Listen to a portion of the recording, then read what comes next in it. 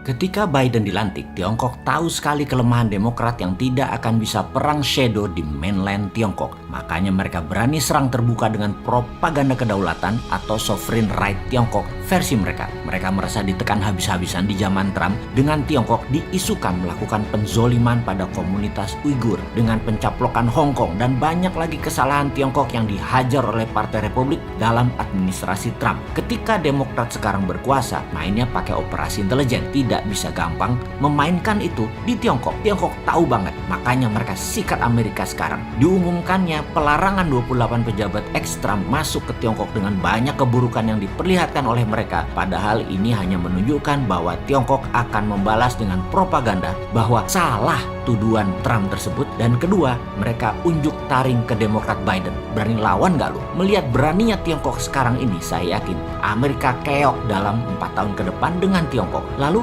Indonesia bagaimana? Kita saat ini miring ke Tiongkok dalam hal menerima investasi Tiongkok di tanah air yang menyedot sumber daya alam mineral Indonesia. Secara akunting emang negara untung? Ya enggak lah, mana buktinya? Lihat APBN tuh, ada nggak untungnya dari kehadiran Tiongkok di Indonesia yang menyedot sumber daya alam mineral tersebut? Mengapa? Gini loh dagangnya, saya urai ya. Urusan main mineral walaupun skala garasian lumayan lah. 25 tahun saya sudah berdagang hal seperti itu. Jadi kita melihat dari dua kacamata, sebagai penghasil mineral atau sebagai penjual mineral. Ini penting, karena kalau Anda sebagai penjual mineral, kadar kandungan mineral Anda harus tinggi supaya dijual dengan harga tinggi. Yang kedua, yang geblek adalah harga internasional yang kita anut. Ingat, kata geblek akan saya ulang-ulangi ke depan ya, biar seru gitu loh. Di sisi lain, sekarang Anda adalah pembeli mineral. Benar, Anda ingin kandungan mineralnya besar, namun Anda ingin beli dengan harga kandungan mineralnya kecil. Paham? Belum paham? Saya lanjut ya. Begini misalnya, kandungan nikel, Anda penjual nikel ore atau mentahan atau masih dari alam, belum diproses, katakanlah dari tanah kandungan Anda per ton ada 500 gram nikel. Ini hanya contoh ya, for the sake of discussion ya. Maka sebagai pembeli Anda ingin kandungan nikelnya besar, betul ya? Namun itu bukan mental pedagang. Pedagang akan bilang, kita tes ya kandungannya. Nah, alat tes tadi yang ada di seluruh lab komersial dunia itu rendah sensitivitasnya. Jadi dibacanya paling 400 gram nikel, padahal bisa 700 gram aslinya nanti setelah diproses. Ini kita tahu banget. Jadi pinternya semua itu dimainkan di alat dan di sertifikasi. Jadi alat ukur yang ada di lab, di lembaga lab tes mineral tadi, dari sononya, dari pabriknya, mesin tes tadi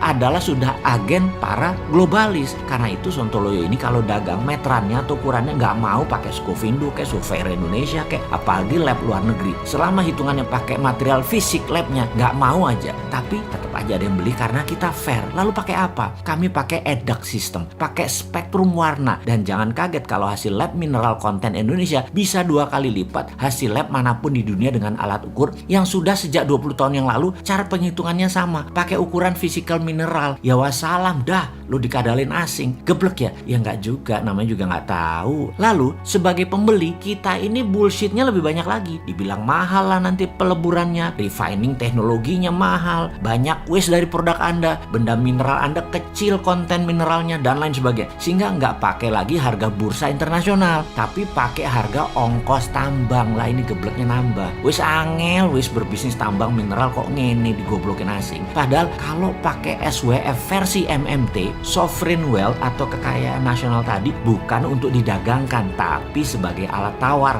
atau sebagai underlying cetak uang.